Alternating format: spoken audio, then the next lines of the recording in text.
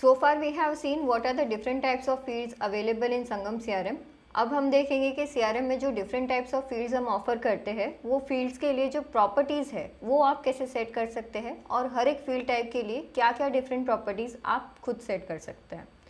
संगम CRM में total 20 different types of field properties है जो आप सेट कर सकते हैं. Some of these properties are common to each and every field type, whereas some are dedicatedly used for the different field types. Let us go ahead and explore. पहला जो field property है that is name. Now when we say name, basically use होता है आप कोई भी record है या फिर कोई भी CRM में आपने create किया है module level पे field, तो वो जो module पे field आपने create किया है उसका name identify करने के लिए ये use होता है. Next property we have is type. Type field जो रहता है that is used for identifying कि ये प्रॉपर्टी जो आप क्रिएट कर रहे हो उसका फील्ड टाइप क्या रहेगा. So this field type is also kind of a property जो हमें सेट करना पड़ता है. जैसे अगर हम कोई ड्रॉप डाउन मतलब कि सिलेक्ट फील्ड टाइप बनाना चाहते हैं तो वहाँ पे टाइप मुझे देना पड़ेगा सिलेक्ट. उसी तरीके से मुझे अगर कोई डेट एंड टाइम का फील्ड क्रिएट करना है CRM में तो वहाँ पे मुझे फील्ड टाइप में देना पड़ेगा. तीसरा जो प्रॉपर्टी है वो बोला जाता है डिस्प्ले लेबल. डिस्प्ले लेबल यानी हम CRM में फ्रंट एंड पे जो फील्ड का नाम देखते हैं जैसे फॉलो अप डेट हो गया या फिर लीड सोर्स हो गया, तो ये जो फॉलो अप डेट या लीड सोर्स आपको दिखता है वो कहीं ना कहीं पे बैक एंड में स्टूडियो लेवल पे आप सेट करते हैं वो नाम दिखता है. तो वो डिस्प्ले लेबल वो रहता है जो यूज़र को फ्रंट एंड में दिखाया जाता है. That is the name shown on the CRM screen. Fourth property है हमारे पास प्लेस होल्डर. प्लेस होल्डर इस चीज़ के लिए यूज़ होता है जब हमें यूज़र को कुछ हिंट देना है या फिर उन्हें डिस्क्राइब करना है कि ये जो फील्ड है उसमें किस तरह का इनपुट एक्सेप्ट कर सकते हैं हम. Next property we have is default value. Default value मतलब मैं अगर किसी फील्ड के लिए कुछ डिफ़ॉल्ट इनपुट प्रोवाइड करना चाहती हूँ, इन केस मैं अगर वहाँ पे कोई भी इनपुट नहीं देती हूँ तो CRM उसका एक डिफ़ॉल्ट खुद वैल्यू ले लेना चाहिए. वहाँ पे हम डिफ़ॉल्ट वैल्यू सेट कर सकते हैं. Default value is nothing but the input that is provided by default. Mapping जो रहता है that is use to map fields from other modules. मतलब फॉर एग्जांपल मुझे अगर ऐसा करना है कि मेरे पास कॉन्टैक्ट मॉड्यूल पे कॉन्टैक्ट नंबर और ईमेल एड्रेस अवेलेबल है. Now when I am relating contact module with ticket module, मुझे ऐसा करवाना है कि मेरे कॉन्टैक्ट में जो ईमेल या कॉन्टैक्ट डिटेल्स अवेलेबल है वो CRM पे टिकट मॉड्यूल में ऑटोमेटिकली सेट हो जाए ताकि मेरा जो सर्विस टीम का इंजीनियर है वो KYC का डेटाबेस एक्सेस ना होते हुए भी उस डेटा को एक्सेस कर सके. तो वैसे केसेस में हम उससे कॉन्टैक्ट के साथ में मैप कर सकते हैं and I can use that information directly from the ticket module. So mapping functionality जो है वो इस पर्पज़ के लिए यूज़ होता है. That is the use of properties. Next property we have is the length. Length मतलब आप कैप्चर कर सकते हैं कि किसी भी फील्ड के लिए जो इनपुट आप प्रोवाइड कर सकते हैं उसका मैक्सिमम लेंथ कितना हो सकता है जो वो इनपुट एक्सेप्ट कर सकता है. फॉर एग्जांपल मुझे अगर ऐसा करवाना है कि मेरे पास पैन नंबर का फील्ड अवेलेबल है कॉन्टैक्ट मॉड्यूल पे and I want that field length to be as per the PAN standards, तो मैं उतने लेंथ तक का मेरा इनपुट एक्सेप्ट कर पाऊंगी. इसीलिए मैं वहाँ पे वो फील्ड रेस्ट्रिक्शन रख सकती हूँ प्रॉपर्टी में जाके कि आप लेंथ इस फील्ड के लिए इतना ही सेट कर सकते हैं. रिक्वायर्ड प्रॉपर्टी जो है वो इस पर्पज़ के लिए यूज़ होता है जब मुझे CRM पे किसी भी मॉड्यूल फील्ड्स को रिक्वायर्ड करना हो. जैसे मेरे पास अगर समझो CRM पे कॉन्टैक्ट मॉड्यूल में फ़ोन नंबर अवेलेबल है फील्ड, तो if I want to make that field as mandatory तो उस केस में मैं उस फील्ड पे जाके रिक्वायर्ड वाला प्रॉपर्टी उसका एनेबल कर दूंगी तो वो फील्ड वहाँ पे रिक्वायर्ड हो जाएगा. रिक्वायर्ड जो फील्ड्स रहेंगे if you are not providing that input, जब तक आप इनपुट प्रोवाइड नहीं करते हैं तब तक वो सेव नहीं करने देगा आपको. सो रिक्वायर्ड फील्ड्स के लिए आपको वो इनपुट देना मैंडेटरी है. Until and unless you provide that input CRM आपको वो रिकॉर्ड सेव नहीं करने देगा. Next property we have is read only. Read only जो है that is typically used for calculated fields. मतलब अगर आपके पास CRM में कोई इन्फॉर्मेशन ऐसी है जो कहीं से कैलकुलेट होके आ रही है या कहीं से सेट होके आ रही है और मैं चाहती हूँ कि वो इन्फॉर्मेशन जो है वो मेरे CRM के जितने यूज़र्स हैं वो देख सके बट उस पर वो कोई अपडेट ना कर सके, तो वैसे केसेस में मुझे वो इन्फॉर्मेशन को रीड ओनली मार्क करवाना पड़ेगा.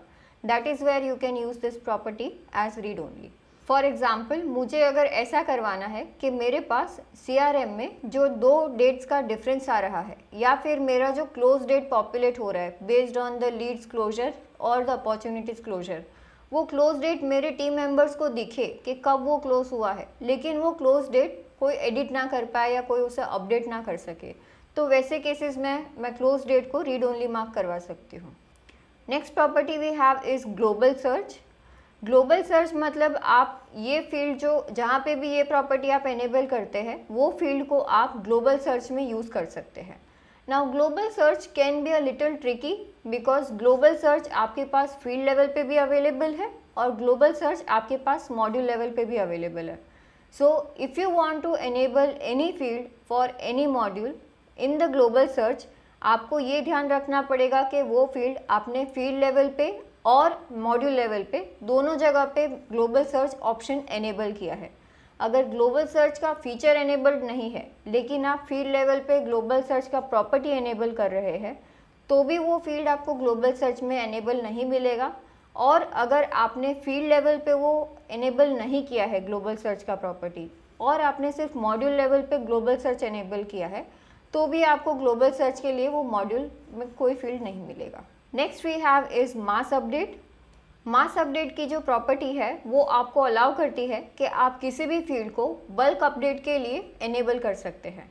लेट्स से मेरे पास CRM में 100 लीड्स अवेलेबल है। Now out of this 100 leads there are 25 leads which I have to allocate to one of my existing team members जो उस लीड्स जो वेबसाइट से आ रहे हैं उन पे काम करने वाले हैं। तो मैं वेबसाइट सोर्स से पहले तो वो लीड्स आइडेंटिफाई कर लूँगी थ्रू एडवांस सर्च और बेसिक सर्च, और फिर मैं वो सारे जो मेरे पास रिकॉर्ड्स आ जाते हैं या लीड्स आ जाते हैं वो सारे लीड्स सिलेक्ट करके एक ही गो में ये सारे लीड्स एक ही मेंबर को अलोकेट कर सकती हूँ। सो मास अपडेट फंक्शनलिटी है वो किसी भी फील्ड को मास अपडेट के लिए एनेबल करता है या फिर बल्क अपडेट के लिए एनेबल करता है। Next property we have is searchable. जब भी आप कोई फील्ड को सर्चेबल एनेबल करते हैं उसका मतलब कि मैं CRM में इस फील्ड के बेसिस पे कुछ CRM का रिकॉर्ड या फिर कुछ CRM के डिटेल्स सर्च कर सकती हूँ। For example follow up date अगर हमने सर्च के लिए अनेबल किया है तो मैं बेसिक सर्च में या एडवांस सर्च में वो फील्ड के बेसिस पे फिल्टर आउट कर सकती हूँ मेरा डेटा, जिससे कि मुझे अगर देखना है कि मेरा follow up date next 7 days का है, वैसे मेरे पास लीड्स कितने अवेलेबल है तो वो मैं आइडेंटिफाई कर सकूँ। Next property we have is reportable. अगर हम कोई फील्ड रिपोर्टेबल एनेबल करते हैं तो वो फील्ड मुझे रिपोर्ट्स में मिलना शुरू हो जाता है।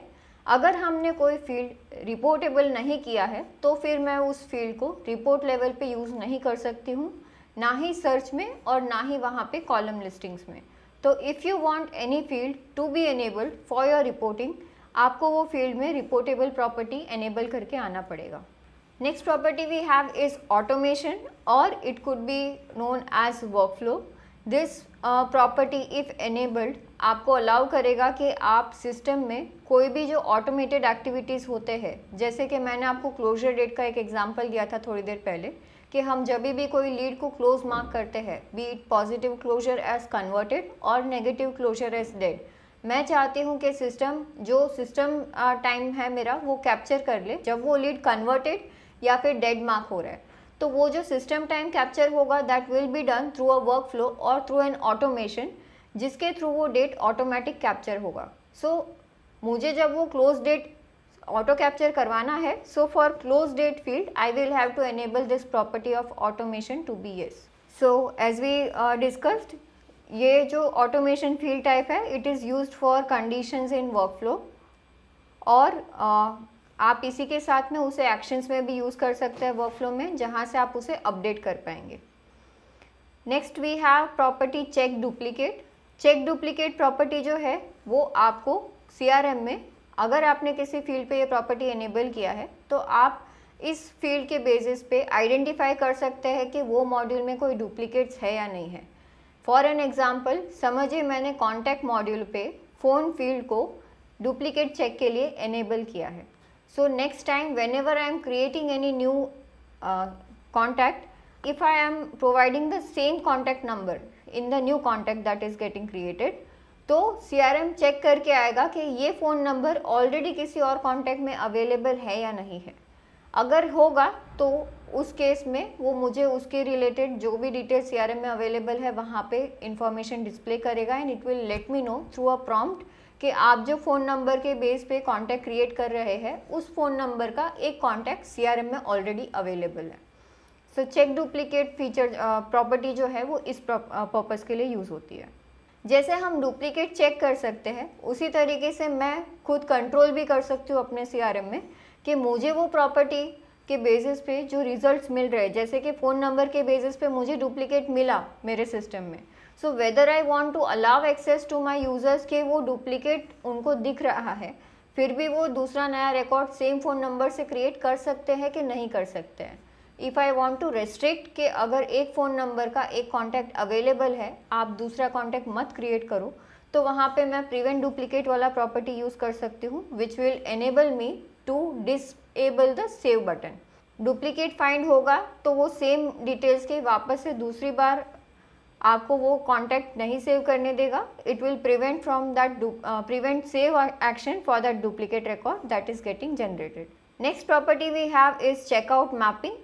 चेकआउट मैपिंग जो है वो हम किसी भी मॉड्यूल पे जब चेक इन या चेकआउट एक्टिविटीज़ परफॉर्म करते हैं उस दौरान ये यूज़ होता है। अगर मैंने समझो लीड मॉड्यूल पे लीड का जो स्टेटस है वो फील्ड चेकआउट मैपिंग के लिए एनेबल किया है, so whenever I am performing check in checkout for any lead, मैं जब चेकआउट करती हूँ उस टाइम पे उसी चेकआउट के फॉर्म पे से मेरे लीड का स्टेटस चेंज कर पाऊँगी। So it allows me an added advantage कि मैं जब कोई एक्टिविटी परफॉर्म करती हूँ, as in check in checkout करती हूँ किसी लोकेशन पे जाके जहाँ पे मैंने क्लाइंट के साथ में मीटिंग की, अभी मैं जब वहाँ से निकल रही हूँ तो when I am just checking out from my location, उस टाइम पे मैं इन द सिंगल गो जो लीड की डिटेल्स है वो भी अपडेट कर सकूँ। That is why you can enable this property for checkout mapping. इसके और क्या क्या एडवांटेजेस हो सकते हैं, तो आप लीड्स, अपॉर्चुनिटीज़ या टिकट्स, एज इन कोई भी ट्रांजैक्शन मॉड्यूल्स जहाँ पे भी आपके यूज़र के साथ में इंटरेक्शंस होते हैं किसी क्लाइंट के साथ में, तो आप वहाँ पे ये चेकआउट मैपिंग एनेबल कर सकते हैं। Some of the best examples are, mostly you can set up checkout mapping for those fields जो आपके लिए रेलेवेंट है, and whenever you are meeting a client और you are performing any check in checkout activities, उस time पे अगर maximum details जो आपके यूज़र्स को रिकॉर्ड लेवल पे आके अपडेट करना पड़ता है, जैसे चेकआउट मीटिंग के बाद मुझे फॉलोअप डेट अपडेट करना पड़ता है लीड का या अपॉर्चुनिटी का, या फिर मुझे उसका स्टेटस अपडेट करना पड़ता है, टिकट का मुझे ड्यू डेट अपडेट करना पड़ता है, या टिकट में कमेंट्स ऐड करने पड़ते हैं, तो ये सारी चीज़ें जो है इनके लिए हम चेकआउट मैपिंग एनेबल कर सकते हैं। चेकआउट मैपिंग जब आप एनेबल करेंगे तो वहाँ पे आपको दो ऑप्शंस मिलेंगे, या तो आप अपडेट कर सकते हैं या आप अपेंड कर सकते हैं एग्जिस्टिंग इनपुट्स को। हम वन बाय वन देखेंगे आफ्टर अ वाइल कि ये दोनों चीज़ें होती है कैसे। Next we have is the audit change log.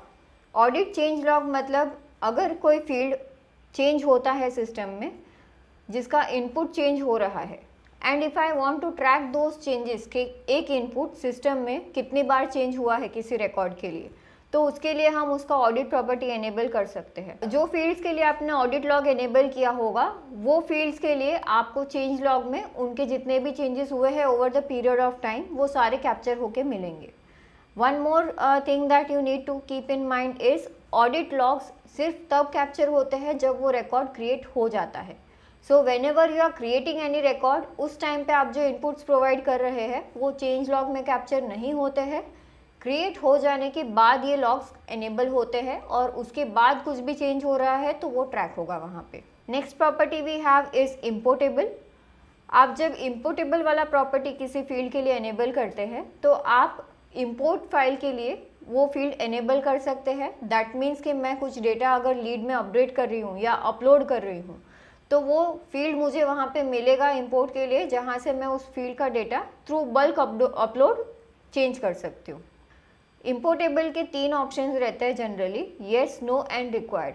Yes मतलब कि वो फील्ड मुझे इंपोर्ट में मिलेगा, it is dependent on me whether I want to use that field while importing some data in CRM और नॉट। नो मतलब ये field मुझे इंपोर्ट के लिए नहीं मिलेगा, so I can not provide that input in the imported file जो मैं CRM को प्रोवाइड कर रही हूँ। रिक्वायर्ड फील्ड मतलब ये फील्ड इम्पोर्टेबल के लिए रिक्वायर्ड है। If I want to upload anything in lead module and if lead status is required, तो मैंने अगर मेरा इंपोर्ट का जो फाइल बनाया है उसमें लीड स्टेटस नहीं दिया है तो ये फाइल एक्सेप्ट नहीं होगा इंपोर्ट के लिए, मुझे वो मैंडेटरी देना ही पड़ेगा। Next property we have is importable check update. Importable check update means it will allow you to check for duplicates in the CRM while creating, as well as it will enable it to update। मतलब अगर मुझे पहली बार जब मैं कोई list of record CRM में upload कर रही हूँ in leads for example, so मुझे अगर डुप्लीकेट चेक करवाना है कि मेरे पास ईमेल और फ़ोन के कॉम्बिनेशन पे कोई already set of data leads में अवेलेबल है या नहीं है, तो वहाँ पे मैं चेक अप्लाई कर सकती हूँ कि जब मैं लीड्स क्रिएट करूँ तब ऐसे सारे लीड्स आप स्किप कर दो जो ऑलरेडी CRM में अवेलेबल है। So in this case I will enable this import check update for email and phone field. उसी तरीके से इफ़ आई वांट कि मैं जब रिकॉर्ड्स अपडेट करती हूँ थ्रू इम्पोर्ट, मैं चाहती हूँ कि मुझे वो फील्ड अपडेट के लिए मिले। फॉर एग्ज़ाम्पल हमारे पास लीड का नंबर आता है, so if for lead number I want कि मैं लीड नंबर के बेसिस पे इंपोर्ट के थ्रू कुछ डेटा अपडेट भी कर सकूं, तो वहाँ पे लीड का जो नंबर है वो फील्ड, उसके लिए भी मैं इम्पोर्टेबल चेक अपडेट एनेबल करूँगी so that I can update the lead using this lead number while importing. So that was all about the properties in Sangam CRM कि आप किसी भी फील्ड टाइप के लिए क्या क्या प्रॉपर्टीज़ यूज़ कर सकते हैं। Now out of all the properties that I have shown you, कुछ प्रॉपर्टीज़ ऐसे हैं जो हर तरह के फील्ड टाइप के लिए कॉमन है। सो जो भी कॉमन प्रॉपर्टीज़ अवेलेबल है सारे फील्ड टाइप्स के लिए, let me just give you an quick overview of which are these properties जो हर एक फील्ड टाइप के लिए कॉमन है। Name is a common field property जो हर तरह के फील्ड के लिए अवेलेबल रहेगा, यानी हर एक फील्ड का कुछ ना कुछ नाम तो आपको देना ही रहेगा जिससे कि आप उसे आइडेंटिफाई कर सके CRM पे। That is why name field is a common field. Type मतलब कि ये फील्ड टाइप क्या है इस प्रॉपर्टी इस फील्ड का, तो वो field type is also a common property जो आपको हर तरह के फील्ड्स के लिए मिलेगा। Display label is also a common property because her field का जो CRM पे फ्रंट एंड पे डिस्प्ले होना चाहिए लेबल, वो हर तरह के फील्ड्स के लिए रिक्वायर्ड रहता है। That is Y display label is also a common property. Audit is also a common property because आप जो भी फील्ड्स CRM में क्रिएट करते हैं, हर तरह के फील्ड्स में कभी भी कुछ भी चेंजेस होते हैं तो वो ट्रैक करने के लिए रिक्वायर्ड हो सकता है। That is Y audit is also available for each and every type of fields. Next is reportable. आप जो भी फील्ड्स के लिए रिपोर्टेबल प्रॉपर्टी एनेबल करते हैं वो सारे फील्ड्स आपको रिपोर्ट लेवल पे एनालिसिस के लिए मिलते हैं। So reportable is also one of those properties which is common for all the field types. Irrespective of the field type, आप हर तरह का field report level पे use कर सकते हैं. That is why it is available for all field types. Same is for the searchable field. आप किसी भी तरह के field के लिए CRM में कुछ भी data search कर सकते हैं, be it in advanced search, basic search या फिर report search. तो इसीलिए कोई भी तरह के fields के लिए आप searchable property जो है वो भी enable कर सकते हैं। Mass update is also a common property. इसका मतलब ये हुआ कि आप किसी भी तरह के फील्ड्स को मास अपडेट में एनेबल कर सकते हैं, चाहे वो कोई टेक्स्ट इनपुट है, चाहे वो कोई डेट एंड टाइम इनपुट है, चाहे वो कोई सिलेक्ट टाइप का इनपुट है एज इन ड्रॉप डाउन। किसी भी तरह के फील्ड्स जहाँ पे भी मास अपडेट के लिए आप एनेबल करेंगे तो वो आप बल्क अपडेट के लिए एनेबल कर सकते हैं। So mass update is also a common property. Default value यानी कोई भी फील्ड के लिए अगर कोई यूज़र कुछ इनपुट नहीं प्रोवाइड करता है तो आप डिफ़ॉल्ट इनपुट क्या दे सकते हैं, this is also a common property जो हर फील्ड टाइप के लिए अवेलेबल है। आइडियली डिफ़ॉल्ट इनपुट्स जो है वो आपको एंकरेज नहीं करना चाहिए because if you are providing a default input और a default value for any of the field types, user कभी भी उस फील्ड इनपुट को चेंज करेंगे ही नहीं। And that is what we have seen in our so many years of experience. That is why we recommend कि default value जो है वो आप तभी यूज़ करें व्हेन इट इज़ रिक्वायर्ड, कि अगर कुछ भी इनपुट कैप्चर नहीं हो रहे हैं तो आप सिस्टम डिफ़ॉल्ट क्या कैप्चर करना चाहते हैं for the analysis point of view, but other than that always discourage the use of default value until and unless it is required. Mapping properties यानी हमारे पास जो मैपिंग अवेलेबल है, कौन से रिलेशनशिप से वो मैपिंग लेना है और कौन सी रिलेशनशिप की कौन सी फील्ड को हमें यूज़ करना है मैपिंग के लिए। ये जो फील्ड्स है मैपिंग के लिए, वो सारे फील्ड्स भी आप कॉमन प्रॉपर्टीज़ में कंसिडर कर सकते हैं, बिकॉज आप किसी भी तरह के फील्ड्स को मैप कर सकते हैं। Last but not the least is automation, और you can say the workflow. जो ये प्रॉपर्टी रहता है, दैट मीन्स मैं किसी भी तरह के फील्ड को ऑटोमेटेड जो सिस्टम में एक्टिविटीज़ होते हैं या फिर हम लोग वर्कफ्लोज वगैरह कॉन्फ़िगर करते हैं बैकएंड में, वहाँ पे उस प्रोसेस में मैं किसी भी तरह का फील्ड एनेबल कर सकती हूँ, and that is why automation is also a common property. So अब हम देखेंगे जो मैंने आपको फील्ड प्रॉपर्टीज़ बताया, एक बार उसका आपको एक डेमो देखते हैं कि वो फील्ड प्रॉपर्टीज़ दिखते कैसे हैं ऑन द स्क्रीन, या फिर आप उसे कैसे यूज़ कर सकते हैं। So this is my CRM।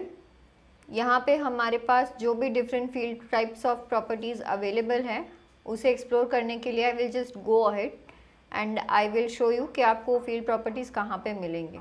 So whenever you are going to create a new field, सबसे पहले आपको यहाँ पे फील्ड का टाइप सिलेक्ट करना रहता है, जहाँ से आप मेंशन करते हैं कि आप इस फील्ड के लिए किस तरह का इनपुट एक्सपेक्ट कर रहे हैं या क्या एक्सेप्ट कर सकते हैं।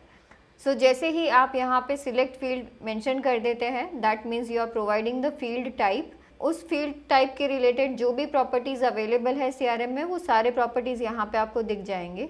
And against each and every property there is an info icon available, जिस पे आप होवर करेंगे तो वो इन्फो आइकन आपको बताएगा कि वो प्रॉपर्टी का मतलब क्या है और वो क्या करता है।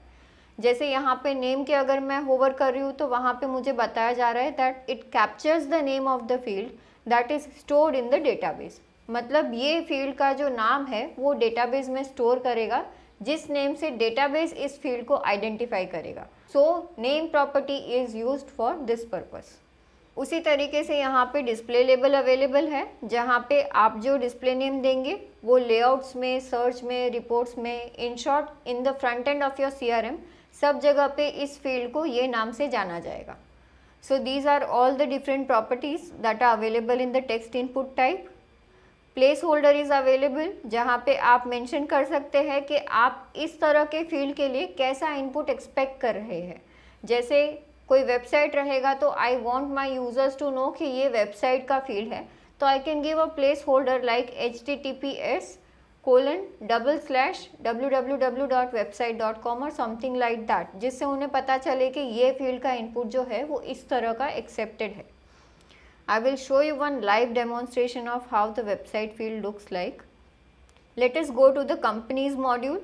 यहाँ पे हम companies में जो website information fill करते हैं, वहाँ पे मुझे प्लेस होल्डर आता है। जैसे यहाँ पे आप देख सकते हैं https://www.example.com।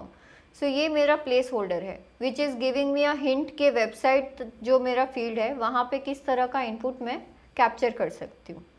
सो आपने अगर प्लेस होल्डर्स डिफाइन किए हैं तो वो इस तरीके से दिखते हैं। आई will show you in the back and also कि अकाउंट लेवल पे ये जो प्लेस होल्डर है वो कहाँ पे मेंशन किया हुआ है। सो हम जाएंगे अकाउंट मॉड्यूल में which is known as companies in the front end.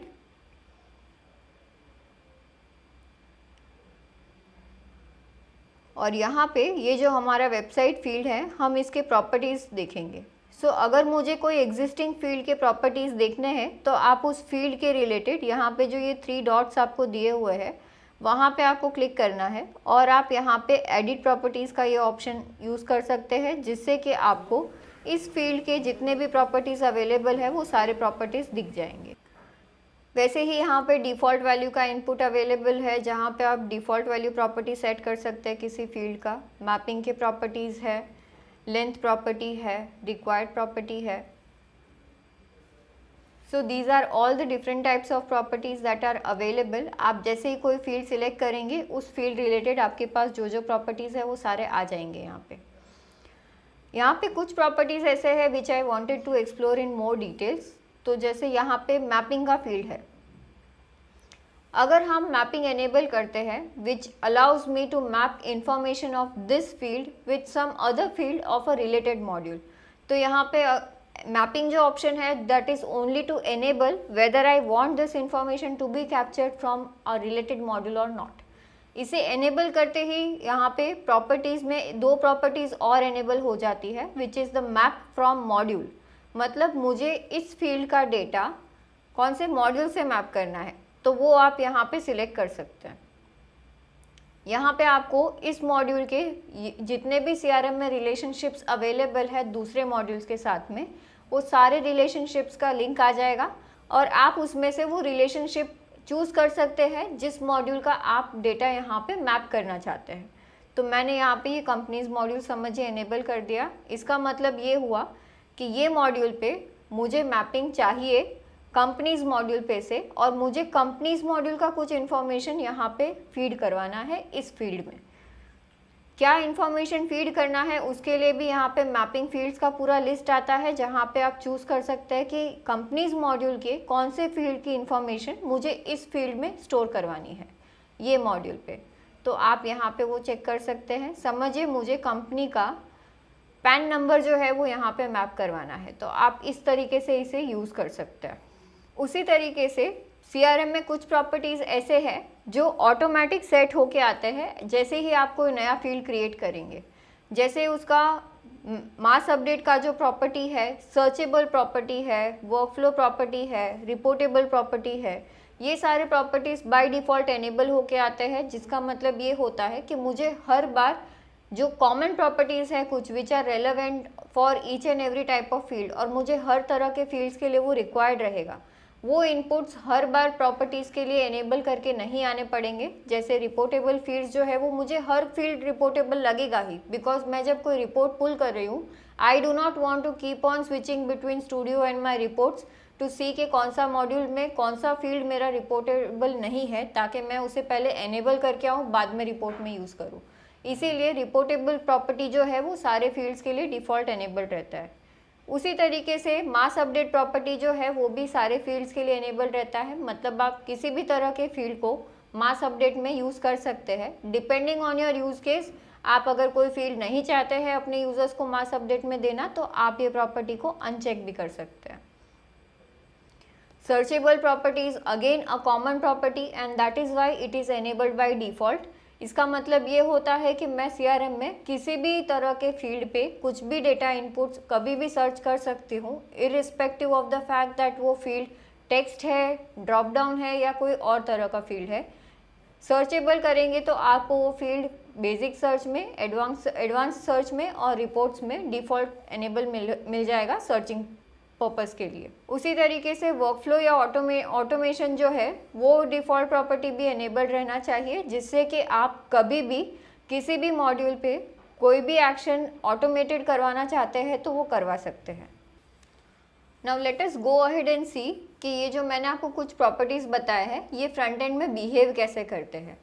For example मेरे पास यहाँ पे मैपिंग जो अवेलेबल है on ticket module, I have a mapping enabled on the phone field कि मेरे पास टिकट मॉड्यूल पे जो कॉन्टैक्ट का रिलेशनशिप अवेलेबल है, आई वांट कि वो कॉन्टैक्ट में जो फ़ोन नंबर है वो ऑटोमेटिक मेरे टिकट में फ़ोन नंबर की जो फील्ड है वहाँ पे मैप हो जाए। तो यहाँ पे इस तरह का एक मैपिंग हमने सेट करके रखा है। ये फ्रंट एंड में किस तरह से बिहेव करता है एक बार वो चेक करते हैं। Let us go ahead and create one ticket in the front end. So यहाँ पे मेरे पास टिकट क्रिएशन का स्क्रीन ओपन है। यहाँ पे हम जैसे ही कॉन्टैक्ट सिलेक्ट करेंगे उस कॉन्टैक्ट में जो फ़ोन नंबर अवेलेबल है वो फ़ोन नंबर ऑटोमेटिकली यहाँ पे सेट होके आ जाएगा। Let us go ahead and select one such contact जहाँ पे फ़ोन नंबर अवेलेबल हो। If you want to view that record to verify you whether you have that phone number और not, आप यहाँ से उसे प्रीव्यू कर सकते हैं। Let us go ahead and see. So I have a phone number available for this contact. मैं इसे सिलेक्ट कर लूँगी यहाँ पे एंड यू कैन सी जैसे ही मैंने यहाँ पे कॉन्टैक्ट सिलेक्ट किया फ़ोन एंड ईमेल दोनों इन्फॉर्मेशन मेरी ऑटो कैप्चर हो गई। सो दिस मीन्स फ़ोन की तरह ईमेल फील्ड जो है that is also mapped with the contact module. So मैं टिकट पे जैसे ही कॉन्टैक्ट सिलेक्ट करती हूँ वैसे ही मेरा फ़ोन और ईमेल का इनपुट ऑटो सेट हो जाता है। वैसे ही एक और प्रॉपर्टी है प्लेस होल्डर, जिसमें आप किस तरह का इनपुट किसी फील्ड के लिए एक्सपेक्ट कर रहे हैं वो आप यूज़र को बता सकते हैं। सो यहाँ पे मेरे पास अपॉर्चुनिटी मॉड्यूल पे अपॉर्चुनिटी नेम जो है वहाँ पे मैंने प्लेस होल्डर दिया हुआ है, जिससे कि मेरे यूज़र्स को पता चले कि उनको जब अपॉर्चुनिटी का नेम देना है तो वो किस तरह का इनपुट वहाँ पे एक्सपेक्ट कर सकते हैं। यहाँ पे मैंने एग्जांपल के लिए XX number of YY product for ZZ company, मतलब वो जब अपॉर्चुनिटी का नाम डाल रहे हैं तो वो इतना स्पेसिफाई करे कि क्या रिक्वायर्ड है, कौन से क्लाइंट को रिक्वायर्ड है और क्या क्वांटिटी में रिक्वायर्ड है, जिससे कि कोई भी ये अपॉर्चुनिटी का नेम देखे तो उनको समझ में आ जाएगा कि ये अपॉर्चुनिटी बनाया किसने, क्यों है।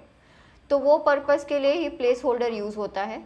और इसे मैं अगर फ्रंट एंड में देखूँ तो वो कुछ इस तरीके से दिखता है, जहाँ पे मुझे पता चलेगा कि मैं क्या एक्सपेक्ट कर रही हूँ इनपुट ये फील्ड टाइप के लिए। जैसे ही आप कुछ टाइप करेंगे वो प्लेस होल्डर रिमूव हो जाएगा, but if you have not provided any input तो आपको वो प्लेस होल्डर दिखेगा, जिससे कि आप डिसाइड कर सकते हैं कि आपको किस तरह का इनपुट ये फील्ड में देना है।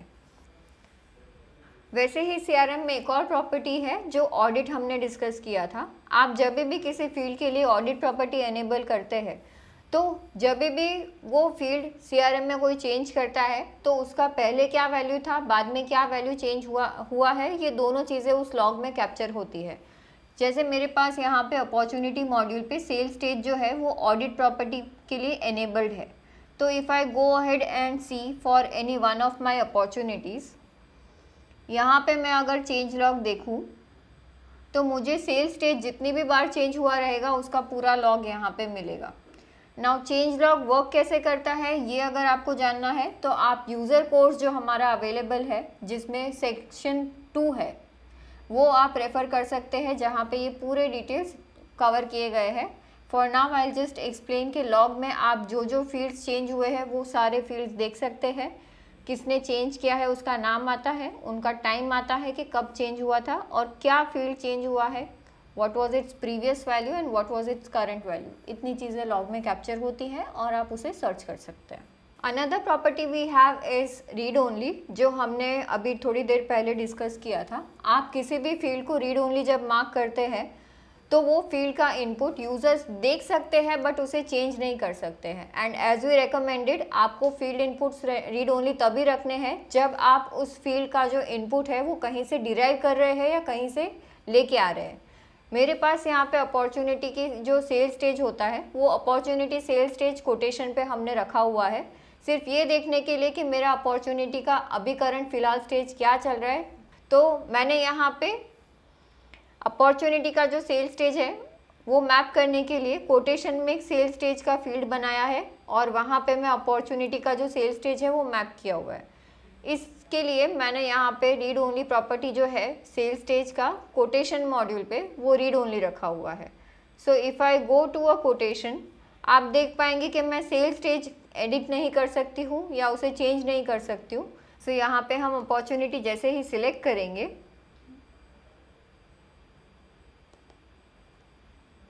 उस अपॉर्चुनिटी का सेल स्टेज जो है वो यहाँ पे ऑटोमेटिक कैप्चर हो जाएगा। क्योंकि वो रीड ओनली है तो मैं इसे अपडेट नहीं कर सकती हूँ, मैं सिर्फ देख सकती हूँ कि इसका सेल स्टेज है क्या। सो that is how you can use the read only property. वैसे ही हमारे पास दूसरा एक प्रॉपर्टी अवेलेबल है विच इज़ सर्चेबल। तो हम देख लेते हैं कि सर्चेबल वर्क कैसे करता है। आप जब भी कोई भी फील्ड सर्चेबल एनेबल करते हैं तो वहाँ पे उस केस में आप वो फील्ड को बेसिक सर्च में, और यहाँ पे आप जो ये सर्च बार देख रहे हैं आप वहाँ पे उस फील्ड के लिए सर्च कर सकते हैं। जिस फील्ड के लिए सर्चेबल एनेबल नहीं होगा उसके लिए इस तरह से वो सर्च बार नहीं आता है। उसी तरीके से ये जो एडवांस सर्च का हमारे पास ऑप्शन अवेलेबल है, यहाँ पे जो मुझे फील्ड लिस्टिंग आती है ये उसी बेसिस पे आती है जो फील्ड्स मैंने एनेबल करके रखा है प्रॉपर्टी जो फील्ड्स के लिए। Let us go ahead and see for one of such fields in opportunity module, that is sales stage. Sales stage अभी अगर मैं लिस्ट व्यू पे देखूँ तो मेरे पास यहाँ पे एडवांस सर्च में सेल्स स्टेज आ रहा है, जिसके बेसिस पे मैं CRM में अपॉर्चुनिटीज़ सर्च कर सकती हूँ। If I disable this property of searchable and I save this from the studio, तो सेल्स स्टेज जो मेरा अपॉर्चुनिटी मॉड्यूल पे अवेलेबल है मैं इस फील्ड पे सर्च नहीं अप्लाई कर पाऊँगी। And to verify that we can just refresh the screen. So हमने सेल स्टेज जो है वो सर्चेबल प्रॉपर्टी रिमूव कर दिया है। Now if I go to advance search and if I search for sales stage तो मुझे वो यहाँ पे नहीं मिलेगा जो पहले मिल रहा था यहाँ पे। दैट इज़ बिकॉज हमने सेल स्टेज का जो प्रॉपर्टी है वो डिसेबल कर दिया है। So if you want sale stage to be enabled for your search, आपको यहाँ पे सेल स्टेज में जाके ये सर्चेबल प्रॉपर्टी एनेबल करना रहेगा। गुड थिंग इज़ ये प्रॉपर्टी जो है वो कॉमन प्रॉपर्टी है जो डिफ़ॉल्ट एनेबल होके आती है, सो आपको हर बार ये चेक करने नहीं जाना पड़ेगा। Next property we have is audit. तो हमने यहाँ पे सेल स्टेज पे जैसे अभी थोड़ी देर पहले देखा कि आप कैसे उसका सर्चेबल फील्ड एनेबल या डिसेबल कर सकते हैं, वैसे ही ऑडिट प्रॉपर्टी जो है वो भी हम एनेबल या डिसेबल कर सकते हैं। Again audit is a common property जो डिफ़ॉल्ट एनेबल्ड आता है, तो आपको अगर किसी फील्ड के लिए डिसेबल करना है because you don't want to track their logs, तो आप उसे डिसेबल भी कर सकते हैं। अगर ये एनेबल्ड रहता है तो आपको बेनिफिट क्या होगा, एक बार हम वो देख लेते हैं। लेट्स से मेरे पास यहाँ पे लिस्ट ऑफ अपॉर्चुनिटीज़ है, इसमें एक लिस्ट में अपॉर्चुनिटी अवेलेबल है which is Anvit sons and company, जिन्होंने CRM के रिलेटेड कोई अपॉर्चुनिटी रेज किया था और ये अपॉर्चुनिटी का फ़िलहाल स्टेज है CRM में क्लोज्ड वन। तो ये अपॉर्चुनिटी किसने क्लोज़ किया है मुझे वो देखना है, और क्लोज़ होने से पहले इसका स्टेटस क्या था मुझे वो देखना है। तो ये चेंजेस मैं चेंज लॉग में जाके देख सकती हूँ। जैसे ही मैं चेंज लॉग ओपन करूँगी, यहाँ पे मेरे पास ऑप्शन आता है जहाँ पे मैं सर्च कर सकती हूँ, और जैसे ही मैंने सेल्स टाइप किया, सेल स्टेज के रिलेटेड जो 2 चेंजेस हुए थे वो दोनों मुझे यहाँ पे चेंज लॉग में मिल गए। ये चेंजेस क्यों मिले मुझे, बिकॉज सेल स्टेज का जो मेरा फील्ड है उस पर हमने ऑडिट प्रॉपर्टी एनेबल किया हुआ था।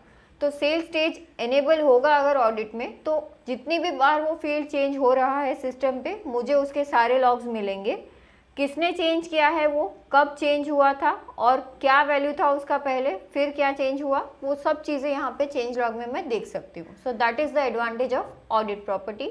सो अब देखते हैं कि रिपोर्टेबल प्रॉपर्टी जो रहता है वो किस तरीके से यूज़ हो सकता है। तो यहाँ पे मेरे पास टिकट सोर्स अवेलेबल है टिकट मॉड्यूल पे, जिसकी अगर मैं प्रॉपर्टीज़ देखूँ तो यहाँ पे उसका रिपोर्टेबल प्रॉपर्टी जो है that is enabled.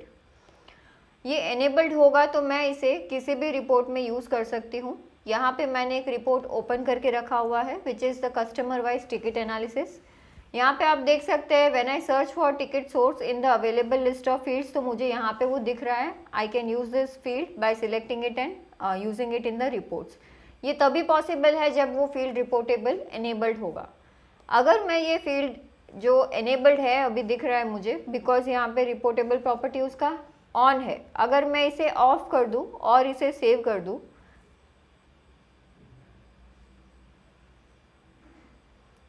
so now if I go to this report, I open the same report in another tab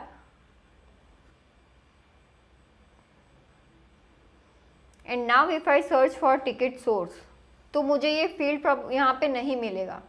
that is because जब हमने पहले ये फील्ड यूज़ किया था उस टाइम पे टिकट सोर्स का जो रिपोर्टेबल प्रॉपर्टी है वो ऑन था, लेकिन फिर मैंने उसे डिसेबल कर दिया, तो अब मुझे वो फील्ड ना तो यहाँ पे सर्च में मिलेगा और ना ही यहाँ पे रिपोर्ट्स में मिलेगा। That is why reportable property जो है that is also a common property और वो डिफ़ॉल्ट एनेबल्ड रहता है, so anybody can use it as and when required. Next हम देखते हैं कि मास अपडेट की प्रॉपर्टी कैसे यूज़ करनी है। यहाँ पे मैंने अपॉर्चुनिटी मॉड्यूल का स्टूडियो ओपन किया हुआ है। अपॉर्चुनिटीज़ में आई वांट कि मेरे पास जो असाइंड यूज़र है वो फील्ड मुझे मास अपडेट में एनेबल करवाना है, बिकॉज आई वांट कि मैं एक साथ में मल्टीपल अपॉर्चुनिटीज़ किसी बंदे को असाइन कर सकूं।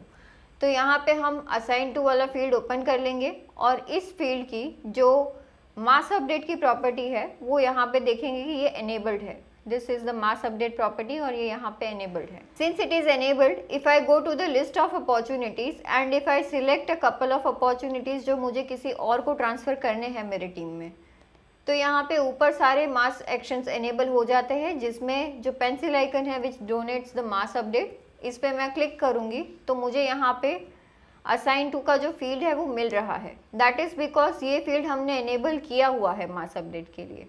Now what happens if I don't enable this field? Let's say I disable this field, I save this property, और फिर हम वापस से देखते हैं कि ये क्या चेंजेस होंगे अगर मैंने इसे एनेबल नहीं किया है। हम इसी टैब का एक डुप्लीकेट ओपन कर लेते हैं which will give me the list of opportunities that are available in the system. So हमने mass update property assigned user का जो फील्ड आता है हमारे पास अपॉर्चुनिटी पे, उसके लिए डिसेबल किया हुआ है. So if I go ahead and update these 3 opportunities जो मुझे किसी और यूज़र को ट्रांसफ़र करने हैं मेरी टीम में, and now if I open the mass update action, तो यहाँ पे मुझे असाइन टू का फील्ड अभी नहीं मिल रहा है. दैट इज़ बिकॉज हमने वो फील्ड का जो मास अपडेट प्रॉपर्टी था वो डिसेबल कर दिया.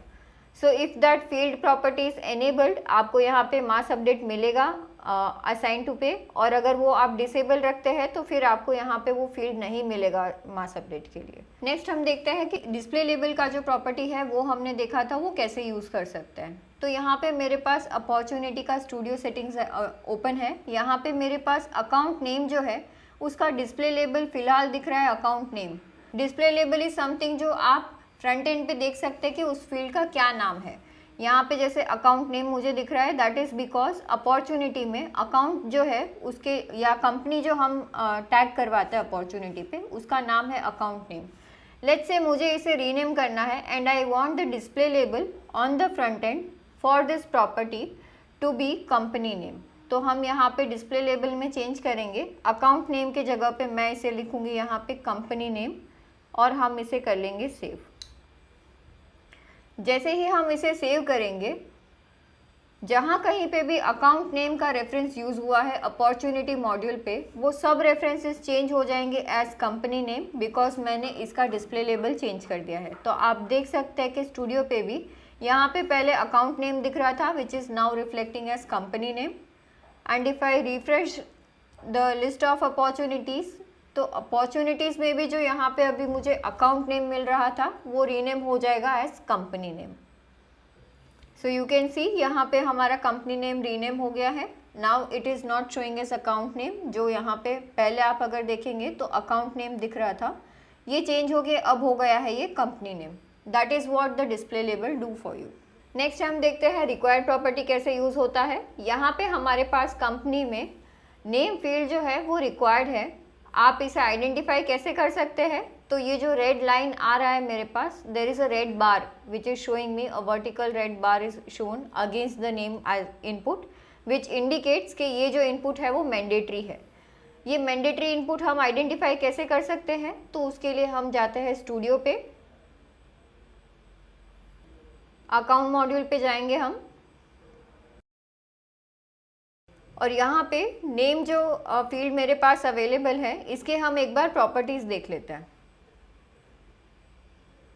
यहाँ पे प्रॉपर्टीज़ में आप देख सकते हैं कि ये जो रिक्वायर्ड प्रॉपर्टी है वो एनेबल्ड है. That is why name on the account module is mandatory. So ये अभी फ़िलहाल रिक्वायर्ड है. As soon as provide the name of this company,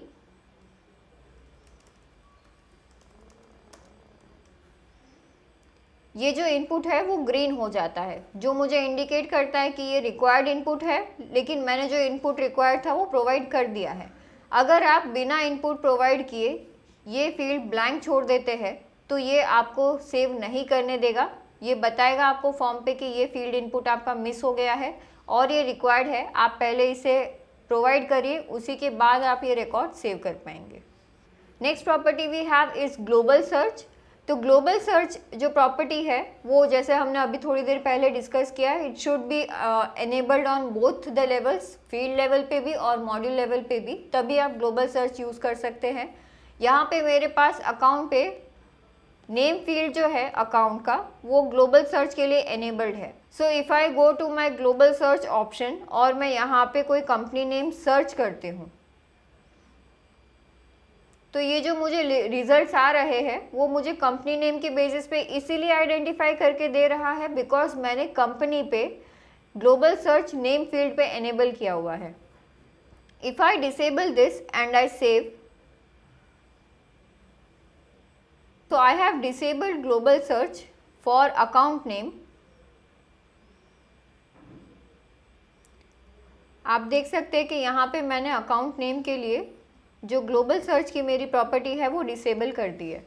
सो अब अगर मैं यहाँ पे कंपनी के नेम से सर्च करना चाहूँ ग्लोबल सर्च पे, बट मैंने मॉड्यूल लेवल पे उसे डिसेबल करके रखा है.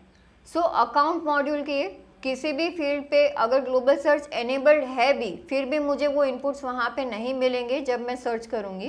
दैट इज़ बिकॉज हमने वहाँ पे वो ग्लोबल सर्च डिसेबल कर दिया है। अभी मैंने ग्लोबल सर्च एनेबल किया है कंपनी के नेम पे। मैं अगर यहाँ पे सर्च करती हूँ वापस से NJIT, तो मुझे यहाँ पे डिस्प्ले होना चाहिए था, क्योंकि मैंने फील्ड लेवल पे कंपनी नेम पे ग्लोबल सर्च एनेबल किया हुआ है। बट मैंने मॉड्यूल लेवल पे जो ग्लोबल सर्च एनेबल करना चाहिए था वो नहीं किया है। दैट इज़ वाई वो मुझे यहाँ पे रिजल्ट्स नहीं दे रहा है। तो आपको कभी भी ग्लोबल सर्च यूज़ करना है तो आपको फील्ड लेवल के साथ साथ मॉड्यूल लेवल पे भी ये फंक्शनैलिटी जो है वो एनेबल करनी पड़ेगी, तभी आप उसे यूज़ कर सकते हैं।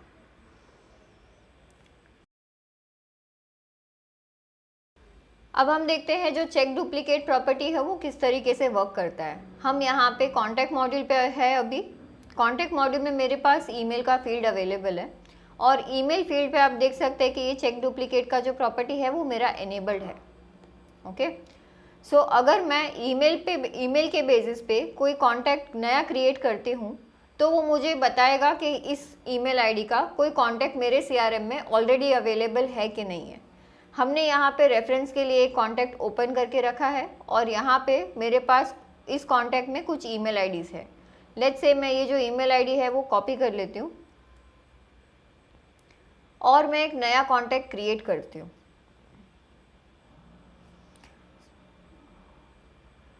So when I am creating the contact, अगर मैं यहाँ पे ईमेल एड्रेस प्रोवाइड करूँ तो ये मुझे चेक करके बताएगा कि इस ईमेल एड्रेस का एक कॉन्टैक्ट मेरे CRM में ऑलरेडी अवेलेबल है। और इस तरह का कुछ आप देख सकते हैं मेरे स्क्रीन पे, ईमेल इज़ ऑलरेडी अवेलेबल। इस तरह का आपको एक पॉपअप मिलेगा जिससे कि मुझे पता चलेगा कि ये ईमेल एड्रेस ऑलरेडी मेरे कॉन्टैक्ट मॉड्यूल पे है। और जितने भी मुझे कॉन्टैक्ट मॉड्यूल पे इस ईमेल आईडी के रेफरेंस मिलेंगे वो सारे कॉन्टैक्ट्स यहाँ पे मुझे लिस्ट में दिखाए जाएंगे। जैसे यहाँ पे कपिल देव वाला कॉन्टैक्ट जो है वो दिखाई दे रहा है।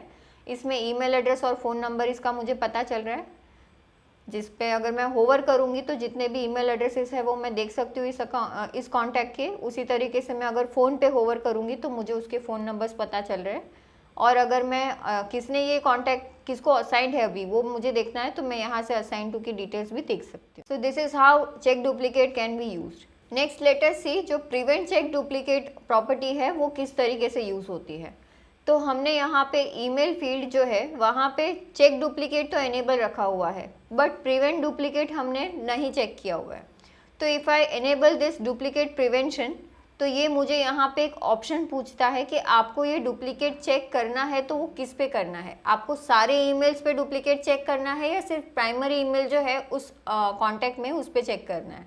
तो मैं यहाँ पे ऑल रखूँगी। और अगर मैं चाहती हूँ कि सिर्फ प्राइमरी ईमेल एड्रेस में ये ईमेल एड्रेस मिले तो आप ये कॉन्टैक्ट को वापस से क्रिएट मत होने दो। If it is available in the secondary email address of some other contact, then let it allow and create the new contact with this email address as primary email। अभी फ़िलहाल मुझे सारे ईमेल्स पे check करवाना है कि ये email address अगर किसी कॉन्टैक्ट पे अवेलेबल है। आई वांट कि मेरे सिस्टम में इस ईमेल एड्रेस का दूसरा कॉन्टैक्ट क्रिएट ना हो सके, even if it is in the secondary email address. तो हम इसे एनेबल रखेंगे ऑल पे और इसे कर देते हैं सेव। सो हमारे सेटिंग्स सेव हो गए हैं। अभी मेरे पास यहाँ पे एक कॉन्टैक्ट ओपन है वैष्णवी पटेल। यहाँ पे मेरे पास 2 ईमेल एड्रेसेस हैं। लेट्स से मैंने ये सेकेंड ईमेल एड्रेस जो है वो कॉपी कर दिया है। Now as soon as I copy this email address, if I want to create a new contact with the same email address, system will check whether that email address already exist और not. सो हम ये same email address का एक और contact बनाना चाहते हैं। मैंने यहाँ पे ईमेल एड्रेस डाला और जैसे ही मैंने ये ईमेल एड्रेस डाला आप देख सकते हैं कि ये सेव बटन जो है वो डिसेबल हो गया, बिकॉज उसे ये ईमेल एड्रेस किसी दूसरे अकाउंट में मिला है। So prevent check duplicate does this for you. अगर वो ईमेल एड्रेस मुझे और कहीं पे भी कॉन्टैक्ट लेवल पे मिलता है तो वो मुझे अलाउ नहीं करेगा ये सेव करने के लिए, जब तक कि मैं ईमेल एड्रेस जो प्रोवाइड करना चाहती हूँ नए कॉन्टैक्ट के लिए वो कोई यूनिक ईमेल एड्रेस ना दूँ जो कोई ऑलरेडी कॉन्टैक्ट में यूज़ हुआ है। सो लेट अस सी चेकआउट प्रॉपर्टीज़ की जो हमारे पास प्रॉपर्टीज़ अवेलेबल है वो कैसे वर्क करती है। यहाँ पे मैंने टिकट मॉड्यूल ओपन किया हुआ है। टिकट मॉड्यूल में मैंने 2 फील्ड्स पे चेकआउट मैपिंग एनेबल किया हुआ है। एक फील्ड है मेरे पास स्टेटस यहाँ पे स्टेटस पे हमने चेकआउट मैपिंग एनेबल किया हुआ है। आप देख सकते हैं ये चेकआउट मैपिंग मैंने यहाँ पे मैपिंग एनेबल किया हुआ है, और कौन से फील्ड के साथ में मुझे चेकआउट मैपिंग एनेबल करना है वो फील्ड मैंने यहाँ पे सिलेक्ट किया हुआ है। ये जो चेकआउट मैपिंग के लिए फील्ड आता है यहाँ पे, ये फील्ड आपको तभी मिलेगा जब एक्टिविटी मॉड्यूल पे, यानी जो मॉड्यूल पे हम चेक इन चेकआउट करते हैं, वो चेक इन चेकआउट की जो एक्टिविटीज़ जहाँ पे स्टोर होती है वो एक्टिविटी मॉड्यूल पे ये फील्ड अवेलेबल होना चाहिए। सो this is my ticket module. यहाँ पे आप देख सकते हैं टिकट स्टेटस का फील्ड मुझे मिल रहा है। ये टिकट स्टेटस का फील्ड मेरे पास एक्टिविटी मॉड्यूल में ऑलरेडी अवेलेबल है, जिस पे मैंने सेम डॉम यूज़ किया है जो मेरे पास टिकट मॉड्यूल में स्टेटस के लिए अवेलेबल है। दिस ऑप्शन इज़ अवेलेबल, जो यहाँ पे और टिकट मॉड्यूल पे सेम है, तभी मुझे ये चेकआउट मैपिंग के लिए मिल रहा है। तो यहाँ पे मैंने चेकआउट मैपिंग एनेबल किया हुआ है स्टेटस फील्ड पे, और मैंने यहाँ पे मैपिंग एनेबल किया हुआ है रेजोल्यूशन के फील्ड पे। रेजोल्यूशन के फील्ड पे आप देख सकते हैं, because it is a descriptive field, तो मेरे पास दो ऑप्शंस आते हैं, या तो मैं अपेंड कर सकती हूँ या तो मैं उसे मैप कर सकती हूँ।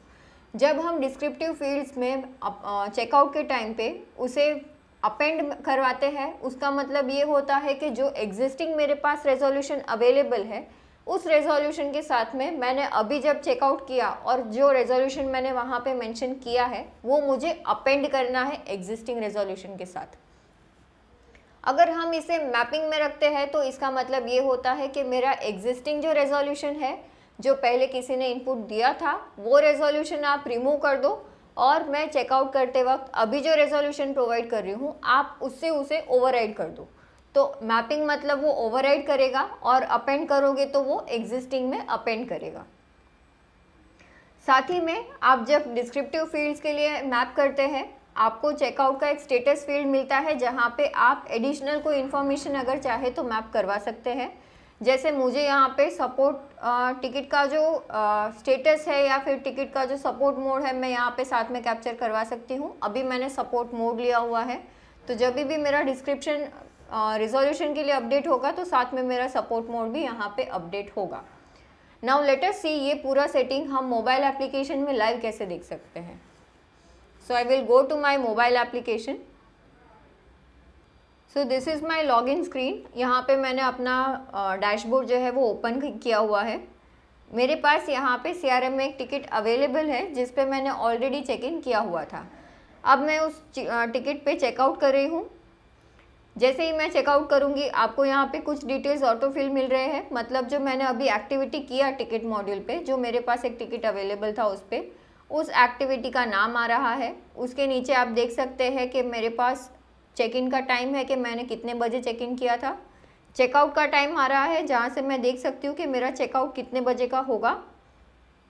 उसके नीचे एक ऑप्शन है स्टेटस का। Now this status is the status of your ticket. Because हमने टिकट का जो स्टेटस है वो मैपिंग के लिए एनेबल किया था चेकआउट के लिए, तो मुझे यहाँ पे ये फील्ड एनेबल मिल रहा है। मैंने यहाँ से टिकट का मेरा स्टेटस किया अपडेट। अब आप देख सकते हैं मैंने रेजोल्यूशन फील्ड भी एनेबल किया था, बट वो फील्ड यहाँ पे दिख नहीं रहा है।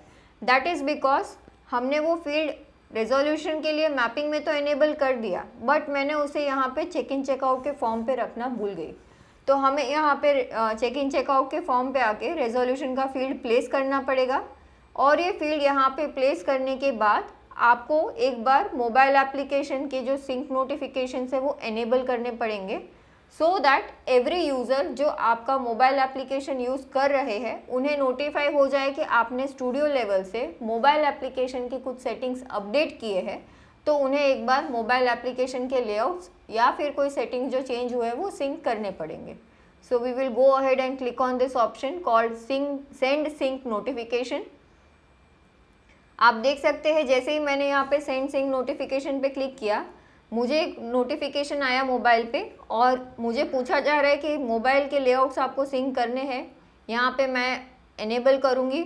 जैसे ही मैं इसे एनेबल करूँगी, ये मोबाइल एप्लीकेशन की जो भी लेआउट्स चेंजेस हुए हैं वो पूरे सिंक करेगा। And by the time it is syncing, आप यहाँ पे एक चीज़ और कर सकते हैं, या तो जब ये सिंक कंप्लीट हो जाएगा तो आपको यहाँ पे नीचे मैसेज आ जाएगा that your sync is completed, और if you are in a hurry आप यहाँ से साइन आउट करके वापस से एक बार साइन इन भी कर सकते हैं। जैसे मैंने अभी यहाँ पे एप्लीकेशन कर दिया है sign out, I will again provide my credentials.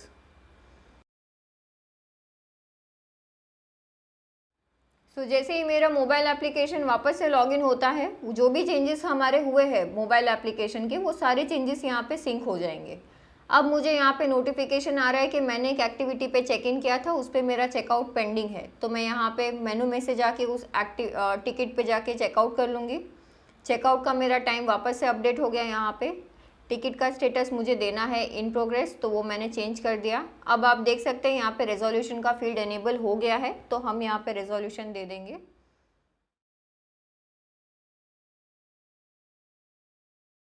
सो मैंने यहाँ पे रेजोल्यूशन दे दिया है। अब हम इस चेकआउट एक्टिविटी को कर लेंगे सेव। जैसे ही मेरा चेकआउट हो जाएगा, now if I will go to that specific ticket जिस पे मैंने ये चेकआउट अभी परफॉर्म किया है,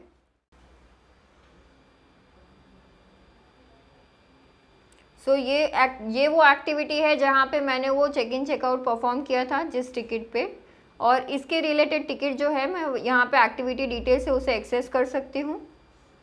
जैसे ही मैंने ये टिकट ओपन किया, आप देख सकते हैं कि यहाँ पे मुझे टिकट का स्टेटस इन प्रोग्रेस में दिखा रहा है। दैट मीन्स कि मैंने चेकआउट करते वक्त टिकट का जो स्टेटस चेंज किया था वो चेंजेस यहाँ पे रिफ्लेक्ट हो रहे हैं। साथ ही में हमने टिकट का जो रेजोल्यूशन दिया था वहाँ पे एक डिस्क्रिप्शन दिया था, तो वो description along with its date and time यहाँ पे कैप्चर हो गया है। जो मैंने प्रोवाइड किया था वो यहाँ पे दिख रहा है। So this is how the checkout mapping feature works. Now let us see, जो इंपोर्ट रिलेटेड हमारे पास दो प्रॉपर्टीज़ है कि import check and update and importable, ये दो प्रॉपर्टीज़ कैसे यूज़ होते हैं। सो मेरे पास यहाँ पे कॉन्टैक्ट मॉड्यूल का एक फॉर्मेट रेडी है जहाँ पे मैंने first name, last name, designation, account name, email और फ़ोन इतने डिटेल्स लिए हुए हैं। ये शीट मुझे CRM में इंपोर्ट करना है। Now if I go ahead and see in my contact module, मेरे पास यहाँ पे फर्स्ट नेम, लास्ट नेम की जो फील्ड्स है, हम इसके प्रॉपर्टीज़ कैसे चेक कर सकते हैं इम्पोर्टेबल के। तो आपको यहाँ पे पता चलेगा कि मेरा फर्स्ट नेम जो है वो इम्पोर्टेबल है। दैट मीन्स कि ये फील्ड मुझे मैपिंग के लिए मिलेगा जब मैं इंपोर्ट करूँगी तब। उसी तरीके से लास्ट नेम वाला जो मेरे पास फील्ड है कॉन्टैक्ट मॉड्यूल पे, इस पे मैं जब जाती हूँ तो यहाँ पे भी इम्पोर्टेबल मुझे मिल रहा है कि इम्पोर्टेबल येस है। इसे हम अगर रिक्वायर्ड कर देते हैं and if I save this and if I don't provide last name for one of these records, तो ये जो रिकॉर्ड जिसमें मैं लास्ट नेम प्रोवाइड नहीं कर रही हूँ, ये रिकॉर्ड मेरा इंपोर्ट नहीं होगा, बिकॉज मैंने एक मैंडेटरी इनपुट जो है for last name which is required at the time of import वो प्रोवाइड नहीं किया है। उसी तरीके से यहाँ पे मेरे पास एक और कॉन्टैक्ट अवेलेबल है जो CRM पे ऑलरेडी अवेलेबल है। The name of that contact is Kapil Dev, और यहाँ पे वो डिटेल्स अवेलेबल है। जो फ़ोन और ईमेल है इस कॉन्टैक्ट का, that is the same as it is what is available in the CRM। So let us see कि ये ईमेल और फ़ोन फील्ड के लिए हम क्या चेक करवाना चाहते हैं और वो फील्ड हम एनेबल कैसे कर सकते हैं। ईमेल के साथ हम ये सेम सेटिंग फ़ोन पे भी एनेबल कर देते हैं, बिकॉज आई वांट कि फ़ोन और ईमेल का कॉम्बिनेशन अगर मेरे किसी कॉन्टैक्ट पे अवेलेबल है तो वो कॉन्टैक्ट वापस अपलोड नहीं होना चाहिए when I am importing a fresh file.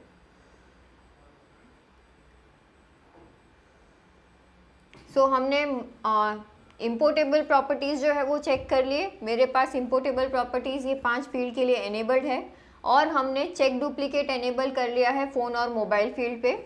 मेरा इंपोर्ट का फाइल रेडी है। हम इस फाइल को यहाँ से एक्सपोर्ट एज CSV कर लेंगे। सो नाउ लेट अस सी, हमने जो ये फाइल प्रिपेयर किया है इसे मैं जब अपलोड करती हूँ तो मैं अपलोड करते वक्त इसके बेसिस पे अपडेट कैसे कर सकती हूँ या इसे डुप्लीकेट चेक कैसे करवा सकती हूँ। फिलहाल मैं जो आपको दिखा रही हूँ that is for updating any existing database, जहाँ पे भी मेरे पास कॉन्टैक्ट इन्फॉर्मेशन CRM में ऑलरेडी अवेलेबल है वो मुझे अपडेट करनी है। तो we will go ahead with this import. मैं यहाँ पे मेरा फाइल सिलेक्ट कर लूँगी और हम यहाँ पे ये सेकेंड ऑप्शन सिलेक्ट कर लेंगे क्योंकि मुझे एग्जिस्टिंग जो मेरे पास रिकॉर्ड्स है वो अपडेट करने हैं। इसके बाद हम करेंगे next and we will quickly move to the last part of the और the last step of import, जहाँ पे मैं डुप्लीकेट चेक करा सकती हूँ वाइल इंपोर्ट या फिर मैं अपडेट करवा सकती हूँ। यहाँ पे आप देख सकते हैं मेरे पास 3 ऑप्शंस अवेलेबल है, email, phone and record ID, जिसके बेसिस पे मैं एग्जिस्टिंग जो मेरे पास सीआरएम में इंफॉर्मेशन है उसे अपडेट कर सकती हूँ।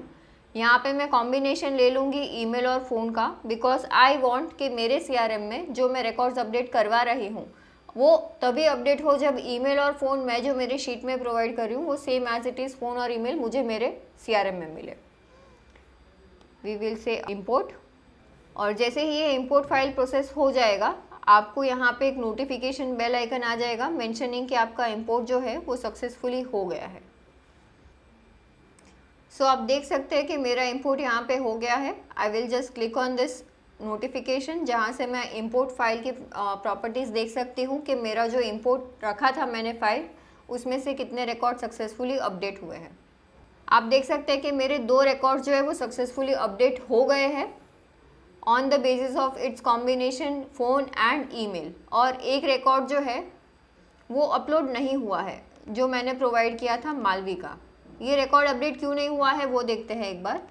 यहाँ पे एरर, डुप्लीकेट तो कुछ है नहीं, तो एरर के बेसिस पे देखते हैं। यहाँ पे वो दिखा रहा है कि लास्ट नेम मेरा इंपोर्ट के टाइम पे हमने रिक्वायर्ड दिया था। सो ये जो हमने इम्पोर्टेबल प्रॉपर्टी में रिक्वायर्ड बताया था वो इस तरीके से यूज़ होता है।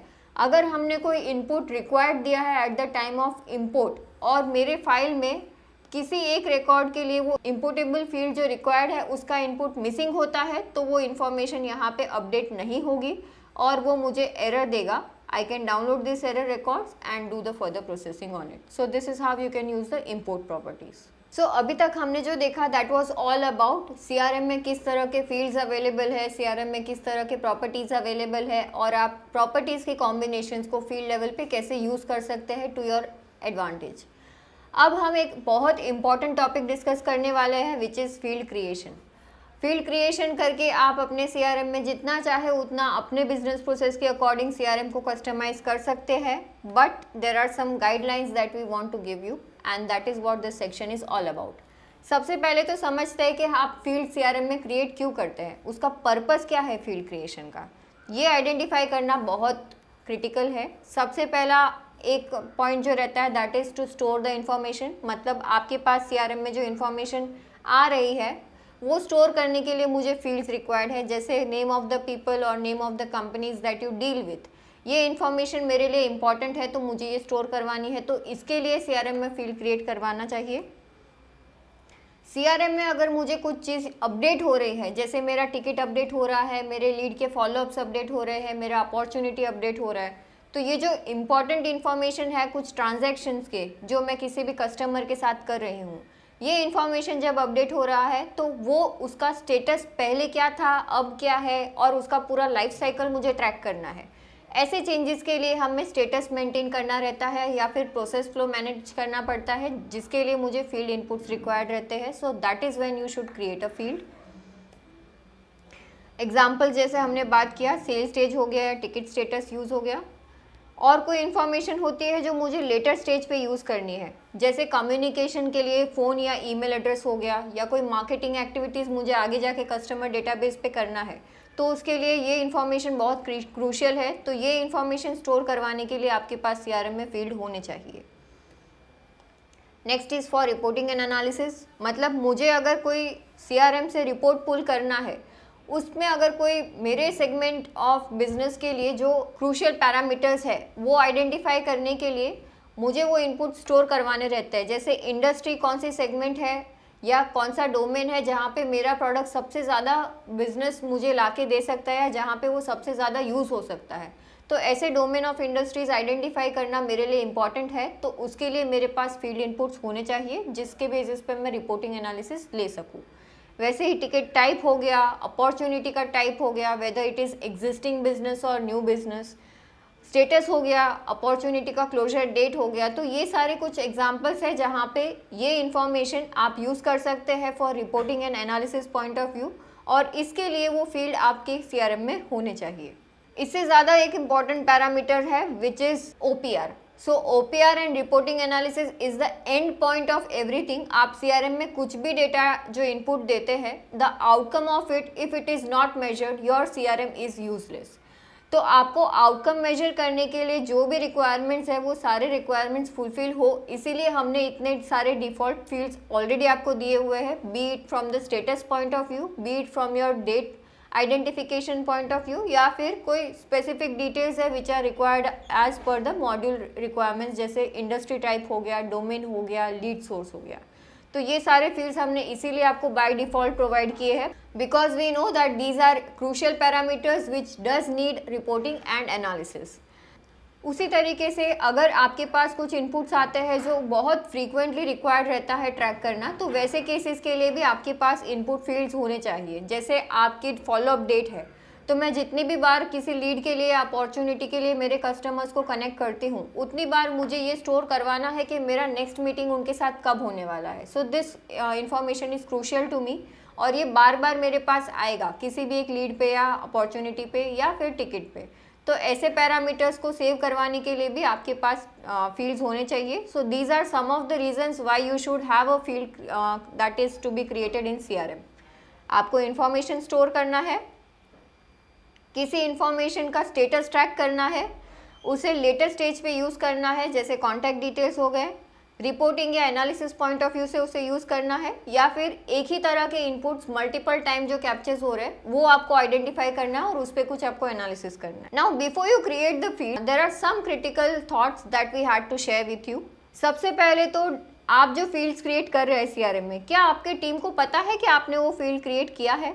Most of the time it happens कि आप फील्ड क्रिएट कर देते हैं बीइंग द CRM एडमिन, लेकिन जो टीम CRM यूज़ करने वाली है या जो टीम उस मॉड्यूल पे वर्क करती है, जैसे आपका सेल्स का प्रोसेस है तो आपने लीड या अपॉर्चुनिटी पे कोई नया फील्ड इनपुट दे दिया, बट आपके सेल्स टीम को अगर पता नहीं है कि आपने वो फील्ड इनपुट क्यों दिया है या उसका पर्पस क्या है, तो वो उसमें इंफॉर्मेशन फीड नहीं करेंगे, and as an end result ये चीज़ें या तो फिर वहाँ पे अपडेट होगी नहीं, या तो फिर यूजर्स वहाँ पे इनपुट प्रोवाइड नहीं करेंगे, which will lead to the downfall of this property. इसीलिए इट इज़ वेरी क्रूशियल कि आप कोई भी फील्ड क्रिएट कर रहे हैं, always have that field documented, और ये डॉक्यूमेंट आपके ओवरऑल ऑर्गेनाइजेशन में सबके साथ शेयर होना चाहिए जो CRM यूज़ करते हैं, ताकि at any point of time if they have to identify कि कोई फील्ड क्या पर्पज़ के लिए आपके ऑर्गेनाइजेशन में यूज़ हो रहा है तो उन्हें पता चले। Next point we have is drop down deaths. Drop down deaths is something which is related to the confusion of the drop downs. बहुत बार ऐसा होता है कि कस्टमर एक ही तरह के इनपुट्स के लिए बहुत सारे डिफरेंट कैटेगराइजेशंस सेम ड्रॉप डाउन में प्रोवाइड कर देते हैं। इसका एक एग्जांपल है lead source. Customers lead source में बहुत सारे ऐसे पैरामीटर्स प्रोवाइड कर देते हैं जो एक ही तरह का मुझे लीड सोर्स प्रोवाइड कर रहे हैं, जैसे कॉल हो गया, कोल्ड कॉल हो गया, मार्केटिंग कॉल्स हो गया। इट इज़ नॉट रिकमेंडेड कि आप एक ही तरह का इनपुट स्टोर करवाने के लिए बहुत सारे अलग अलग उसके नॉमेनक्लेचर्स यूज़ करें या अलियासेस यूज़ करें जो आपके टीम के लिए कंफ्यूजिंग हो सकते हैं, and it could lead to trouble in the reporting section. दूसरा रीज़न है कि एक ही ड्रॉप डाउन में बहुत सारे वैल्यूज़ आप प्रोवाइड कर देते हैं। नाउ ड्रॉप डाउन्स का एक स्टैंडर्ड आइडेंटिफिकेशन है that countable number of inputs, जो आप फिंगर पे काउंट कर सके।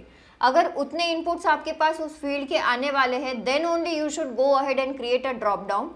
ड्रॉप डाउन के वैल्यूज़ कभी भी एक्सीड नहीं होने चाहिए मोर देन 25 और मैक्स टू मैक्स 28 to 30। इससे ज़्यादा अगर आपके ड्रॉप डाउन क्लासिफिकेशंस है, then you need to rethink कि आपको सही में ये ड्रॉप डाउन क्लासिफिकेशन रिक्वायर्ड है, और is there some other way that you can manage this input. Drop downs अगर बहुत ज़्यादा लंबे होंगे तो it will be difficult for the team to manage as well as for you to identify the reporting. And again there is one more point related to drop downs. बहुत बार customers ऐसा करते हैं कि कोई ड्रॉप डाउन इनपुट था, let's say for example product category, there was a product that you were dealing in before in the earlier years. Another crucial concern is बहुत बार कस्टमर्स ऐसा करते हैं कि पहले कोई ड्रॉप डाउन उन्होंने बनाया था जिसमें कोई वैल्यू था, अभी उस वैल्यू की ज़रूरत नहीं है तो उन्होंने वो वैल्यू निकाल दिया। फॉर एग्जाम्पल, पहले मैं एक प्रोडक्ट में डील करती थी, लेट्स से थिन क्लाइंट, अभी मैं वो प्रोडक्ट में डील नहीं करती हूँ, तो मेरी टीम ने बिकॉज दैट प्रोडक्ट अभी हम नहीं बेचते हैं, वो थिन क्लाइंट का वैल्यू जो मेरे पास ड्रॉप डाउन में अवेलेबल था इस प्रोडक्ट कैटेगरी, वो रिमूव कर दिया। This was a disaster, this should not have been done. अगर आप ऐसा करते हैं let us go ahead and see कि ये क्या प्रॉब्लम करेगा। आपने over the years thin client के साथ जो भी बिजनेस किया था उसके आपके पास कुछ अपॉर्चुनिटीज़ अवेलेबल होंगे या कोई लीड्स होंगे, या फिर आपने थिन क्लाइंट का सपोर्ट अगर दिया था तो वो थिन क्लाइंट के मेरे पास कुछ टिकट्स बने हुए थे। Now when my team remove that value from the drop down, ये प्रोडक्ट कैटेगरी मैंने जहाँ जहाँ पे यूज़ किया था, B it on the lead, opportunity या टिकट, जो थिन क्लाइंट मैंने मेंशन किया था एज द प्रोडक्ट कैटेगरी, वो वहाँ से रिमूव हो गया। एज अ रीज़न वो जो रिकॉर्ड था वो ऑफन हो गया, because I was not able to identify कि ये वाला लीड, अपॉर्चुनिटी या टिकट कौन से प्रोडक्ट के लिए आया था। So it is very crucial कि आप कभी भी किसी भी ड्रॉप डाउन में कोई भी वैल्यू जो आपने पहले प्रोवाइड किया है वो बाद में रिमूव ना करें। And if for some reason you have to remove that value, always ensure कि आप पहले उस फील्ड का जो भी आप वैल्यू रिमूव कर रहे हैं वो उस वैल्यू के जितने भी आपके पास एग्जिस्टिंग सेट ऑफ रिकॉर्ड्स है, B it leads, opportunities, tickets और एनीथिंग एल्स, उसे किसी एक दूसरे कैटेगरी में ट्रांसफ़र कर ले जो आपके पास अभी उस ड्रॉप डाउन में अवेलेबल है। मैनी टाइम्स इट हैपन्स कि हम फील्ड तो दे देते हैं यूज़र्स को, बट वो फील्ड में इनपुट प्रोवाइड नहीं करते हैं। तो आपको ये सोचना रहेगा कि अगर मैंने कोई फील्ड मेरे यूज़र्स को प्रोवाइड किया है और वो वहाँ पे इनपुट नहीं प्रोवाइड कर रहे हैं या फिर उसमें कुछ ऐसा इनपुट दे रहे हैं जो इररेलेवेंट है, तो वेयर कुड इट लीड। अगर ये इनपुट्स प्रॉपर नहीं आएंगे तो आपका CRM एनालिसिस जो है वो आप प्रॉपरली नहीं कर पाएंगे और आप वो डेटा ट्रैक नहीं कर पाएंगे। सो इट बिकम्स क्रूशियल कि आप जो पैरामीटर्स प्रोवाइड कर रहे हैं उसे एक बार अपने टीम के साथ डिस्कस कर ले। If it is really required then only provide those fields for input. Otherwise even if you are providing, आपकी टीम अगर उसमें डेटा नहीं देगी तो आपके वो फील्ड्स किसी काम के नहीं रहेंगे, बिकॉज उसमें कोई इनपुट्स जा ही नहीं रहे हैं। Next is compulsory fields. Now many times customer think कि मेरे यूजर्स डेटाबेस नहीं अपडेट कर रहे हैं, KYC नहीं मेंटेन कर रहे हैं, तो मैं सारे फील्ड्स मैंडेटरी करवा देता हूँ। इस तरीके से मेरी टीम KYC मैनेज करना शुरू कर देगी। ये जब करवाते हैं तब तो लॉजिकल लगता है, लेकिन after certain days when you analyse your data you will get to know कि आपके टीम ने आपने जो भी मॉड्यूल पे मैक्सिमम रिक्वायर्ड फील्ड्स रखे होंगे ना, वो फील्ड में धीरे धीरे इनपुट्स देना बंद कर देंगे। जैसे KYC का मैंने एग्जांपल दिया, समझिए आपकी सेल्स टीम दिन में 25 लोगों से बात करती है और 3 लोगों की टीम है, तो 3 लोग अगर 25 जन से बात करते हैं और उसमें से आपके न्यू प्रॉस्पेक्ट्स जो इंटरेस्ट दिखाते हैं वैसे रोज़ आपके पास 10 आते हैं, तो ये 10 कॉन्टैक्ट इन्फॉर्मेशन जो है वो आपके CRM में अपलोड होनी चाहिए थी। बट क्योंकि आपने सारी इन्फॉर्मेशन मैंडेटरी रखी है, कुछ सेल्स पर्सन है जो आपके ईमेल पे कोऑर्डिनेट कर रहे हैं, कुछ सेल्स पर्सन है जो सिर्फ फ़ोन पे कोऑर्डिनेट कर रहे हैं, लेकिन आपने रिकॉर्ड क्रिएशन के लिए ईमेल और फ़ोन दोनों मैंडेटरी रखा है। तो जब तक उनके पास ये दोनों इन्फॉर्मेशन नहीं रहेगी तब तक वो इन्फॉर्मेशन आपके CRM में नहीं आएगी। तो अब सोचिए कि जब तक वो इन्फॉर्मेशन CRM में नहीं है, आपके सेल्स पर्सन उसे कहाँ मैनेज कर रहे हैं। If it is being managed in their WhatsApp, in their phone books और in the Excel, this data I can guarantee you will never come back to the CRM. That is why it is recommended that you should have only minimum number of required inputs wherever it is required. Otherwise, always trust your team कि वो जब भी उनके पास inputs available रहेंगे वो यहाँ पे add कर देंगे and you do not have to provide each and every field as mandatory. Another crucial thing is whenever you are creating any new field, it is recommended कि आप खुद 10 एंट्री करके देखिए जहाँ पे वो फील्ड इनपुट रिक्वायर्ड है। When you will do 10 entries, आपको ये पता चल जाएगा कि वेदर आपने जो फील्ड क्रिएट किया है whether it is really required for your business और not. If it is required तो आपकी टीम उसे यूज़ करेगी। You will be able to identify the analysis in the next coming 2 or 3 days, and if it is not being used you can take the decision. आप चाहे तो वो field को remove कर दीजिए since it is not being used या आपके business process के लिए वो रेलेवेंट एक्चुअल में नहीं है, और अगर वो यूज़ में है then make sure that it is known to your each and every team member individually. दूसरा, आपको ये भी चेक करना है कि जब आप एंट्री करेंगे तो आपने जो फील्ड इनपुट्स वहाँ पे प्रोवाइड किए हैं, तो फील्ड नेम जो मेंशन किया है या जिस तरीके से वो फील्ड बिहेव कर रहा है वो आपके टीम को डायरेक्टली कम्युनिकेट हो रहा है कि नहीं हो रहा है, या फिर उन्हें बार बार किसी ना किसी को पूछना पड़ रहा है कि ये फील्ड यूज़ कैसे होता है। So that is also something you need to take care before you create a field. And similarly whenever you are creating a field, always try to see the reporting analysis के उस field पे आप जब reports पुल करते हैं तो वो reports कैसे दिख रहे हैं। अगर वो रिपोर्ट्स आपको चाहिए वैसे नहीं आ रहे हैं, that means there is something that needs to be changed in that field type.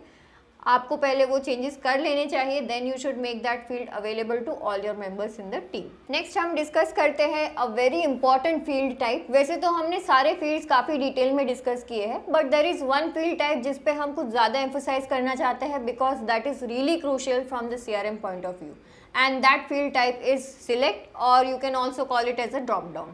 Now drop downs can be really tricky because आप जब ड्रॉप डाउन क्रिएट करते हैं तब आपको पता नहीं होता है कि ये जो इनपुट है उसके लिए ड्रॉप डाउन फील्ड रिक्वायर्ड है या नॉर्मल फील्ड इनपुट रिक्वायर्ड है। सो यहाँ पे we have a suggestion, whenever you are creating a drop down always keep in mind कि आप ड्रॉप डाउन कब क्रिएट करेंगे। पहला, आपके पास अगर जो इनपुट्स आ रहे हैं वो बहुत ज़्यादा फ्रीक्वेंट है and it is almost the same, आप अगर उसे कैटेगराइज कर सकते हैं then it should be created as a drop down so that you can reduce the redundancy of your inputs. Second, जैसे मैंने आपको थोड़ी देर पहले भी बताया, if you can count your values जो इनपुट्स आने वाले हैं, if it is countable on your fingers then only you should create it as a drop down. Third, if you want to avoid manual errors for such kind of inputs, so at that time you can create a drop down. And fourth, when you think that इस specific parameter पे मेरे लिए OPR या फिर reporting analysis निकालना बहुत ज़्यादा crucial है, at that time you can create a drop down. Now let me again rephrase, ये जो मैंने 4 points आपको बताए, reducing the inputs, limited number of inputs, avoiding manual error and crucial inputs for OPR and report analysis. If these 4 parameters matches your criteria, only then go ahead and create your field as a drop down. Otherwise, rethink over how you want to use this field.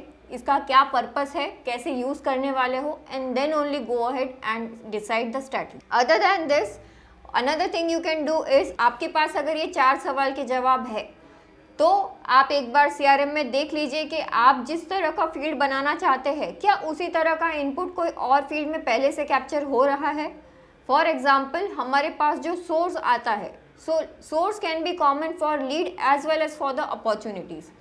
So in such cases you can use the same source DOM और the same source list for both the modules. तो आपको source list opportunity के लिए अलग से बनाने की ज़रूरत नहीं है, लीड पे जो अवेलेबल है आप अपॉर्चुनिटी पे वो सेम लिस्ट यूज कर सकते हैं। Second thing while deciding the drop downs is identify the need to categorise the drop downs. सबसे पहला पॉइंट इसमें आता है to set up the pairing of drop downs for categories and sub categories. अगर हमारे पास कोई ऐसा इनपुट है जहाँ पे जो नंबर ऑफ मेरे पास इनपुट्स आ रहा है दीज आर कैटेगराइजेबल, लेकिन वो कैटेगराइजेशन बहुत ज़्यादा लंबा हो रहा है, तो हम उस केस में क्या कर सकते हैं, वी कैन डिसाइड कि इसमें से मेजर कैटेगरीज कौन कौन से हैं and then according to those categories we can provide the sub groupings for each and every categorisation. For example, let's say मेरे पास प्रोडक्ट में टोटल नंबर ऑफ प्रोडक्ट्स कुछ 50-55 के आसपास आ रहे हैं। अभी 55 प्रोडक्ट्स का एक सिंगल ड्रॉप डाउन बनाऊँ, उससे बेटर हम ये कर सकते हैं कि मैं मेरे जो मेजर सोर्स ऑफ कैटेगरीज है या major source of major products है, मैं वो प्रोडक्ट्स के लिए पहले एक मेन कैटेगराइजेशन बना लूँ, जैसे CRM हो गया, सिनेप्स हो गया, सुगम टैली क्लाउड हो गया और संपर्क सेतु हो गया।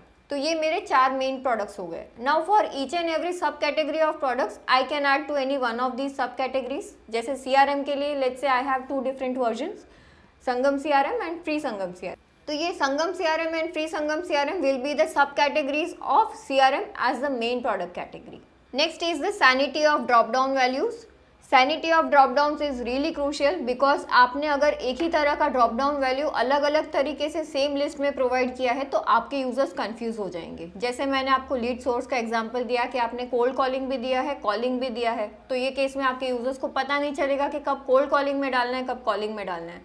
बेटर है आप उसे एक ही ऑप्शन दीजिए which will minimise their confusion और उनको क्लियर रहेगा कि उनको क्या सिलेक्ट करना है एज अ सोर्स। इसमें एक और चीज़ हो सकती है कि जो 2 वैल्यूज़ है मेरे पास वो सिमिलर मीनिंग रखते हैं, तो वो केस में भी हम ड्रॉप डाउन वैल्यूज़ मिनिमाइज कर सकते हैं and we can remove the duplicate values from the drop down post moving their existing records to one of the available values. Next is auto allocate the leads और tickets based on the select value. अभी हमें अगर tickets जो है या मेरे पास जो Leeds आ रहे हैं वो ऑटो एलोकेट करने हैं तो उस केस में भी ड्रॉप डाउन्स हम यूज़ कर सकते हैं। जैसे मेरे पास अगर वेबसाइट से जो लीड्स आते हैं वो लीड्स मुझे मेरे मार्केटिंग टीम को असाइन करने हैं, तो मेरे पास अगर ये classification as a drop down available रहेगा, then I can use it in the workflows, जहाँ पे मैं मेरे वर्कफ्लो में ऐसे कंडीशन सेट कर सकती हूँ कि मेरे पास लीड सोर्स अगर वेबसाइट आता है तो आप ये लीड को सो एंड सो पर्सन को असाइन कर दीजिए। Next is you can also do the same process for product specific tickets, कि कोई स्पेसिफिक प्रोडक्ट के टिकट्स आते हैं तो वो प्रोडक्ट ओनर्स को अलोकेट होने चाहिए। ड्रॉप डाउन्स के लिए ऑर्फन रिकॉर्ड्स अवॉइड करने हैं हमें, तो जैसे मैंने बताया आप कोई भी ड्रॉप डाउन डिलीट कर रहे हैं तो डायरेक्टली डिलीट मत करिए, पहले उसका डेटा ट्रांसफ़र कर लीजिए जो एग्जिस्टिंग ड्रॉप डाउन वैल्यूज़ है जहाँ पे भी वो मैप हो सकते हैं वहाँ पे, and then remove. And similarly verify each and every record that has been transferred, अगर कोई रिकॉर्ड रह तो नहीं गया ये पहले कंफर्म कर लीजिए, वेरीफाई कर लीजिए, उसके बाद डिलीट करिए। So this was all about what are the different types of fields, क्या प्रॉपर्टीज़ अवेलेबल है, क्या आपको प्रिकॉशंस लेने हैं। But along with this there is one more thing that I want to share with you. आप जब studio use करते हैं तो आपको कुछ प्रिकॉशंस लेना बहुत मैंडेटरी हो जाता है, एंड वी रिकमेंड कि आप स्टूडियो को कभी भी ओवरडू ना करें। Most of the times customers gate engaged in the technical stuff so much कि वो अपने बिजनेस प्रोसेस पे फोकस करना भूल जाते हैं। प्लीज़ मेक श्योर कि स्टूडियो जो है that is only to make your life easier so that you get the maximum out of the minimum inputs. लेकिन जितना हो सके उतना अवॉइड करें कोई भी CRM में चेंजेस करने के लिए, because we have tried to provide you the standardise CRM which is used by a lot of business setups. जहाँ पे रिक्वायर्ड रहता है वहीं पे चेंजेस करें, do not overdo it. Studio को काफ़ी केयर से हैंडल करना पड़ेगा आपको, so you will always have to decide कि आप स्टूडियो की जो प्रॉपर्टीज़ है वो रिस्पॉन्सिबिलिटी किसे देना चाहते हैं। इट इज़ रिकमेंडेड दैट एक ऑर्गेनाइजेशन में एडमिन सेक्शन या फिर जो भी बैक एंड एक्टिविटीज़ है वो मैनेज करने के लिए आप जनरली एक से ज़्यादा यूज़र को मत दीजिए, because in studio we do not keep any kind of tracks. जो भी चेंजेस होते हैं उनके लॉग्स मैनेज नहीं होते हैं, so if one person is changing something it may affect your entire business cycle, और आपके CRM में कुछ क्रूशियल चेंजेस भी हो सकते हैं which could lead to a disaster, so avoid this. Next is how often you should make changes in the studio. तो जैसे मैंने बताया studio is here to help you, आप अपने जो भी बिजनेस प्रोसेस के चेंजेस है वो अपने एंड पे खुद कर पाए, इसीलिए हमने स्टूडियो आपको दिया हुआ है, ना कि इसलिए कि आप जितने हो सके उतने कस्टम फील्ड्स ऐड करके अपने टीम का कन्फ्यूजन और बढ़ा दे ड्यूरिंग देयर एंट्रीज। तो जितना हो सके उतने कम चेंजेस करें स्टूडियो में, and whenever you are doing any changes always discuss with your team. Don't overdo it, this point we have already covered why you should not do it. It is to help your business process and not to complicate the system. So this was it about studio fields and properties. I hope ये section आपको अच्छा लगा. Please drop down your comments और आपका feedback हमें बताइएगा इस video के related in the comment section below. Thank you so much.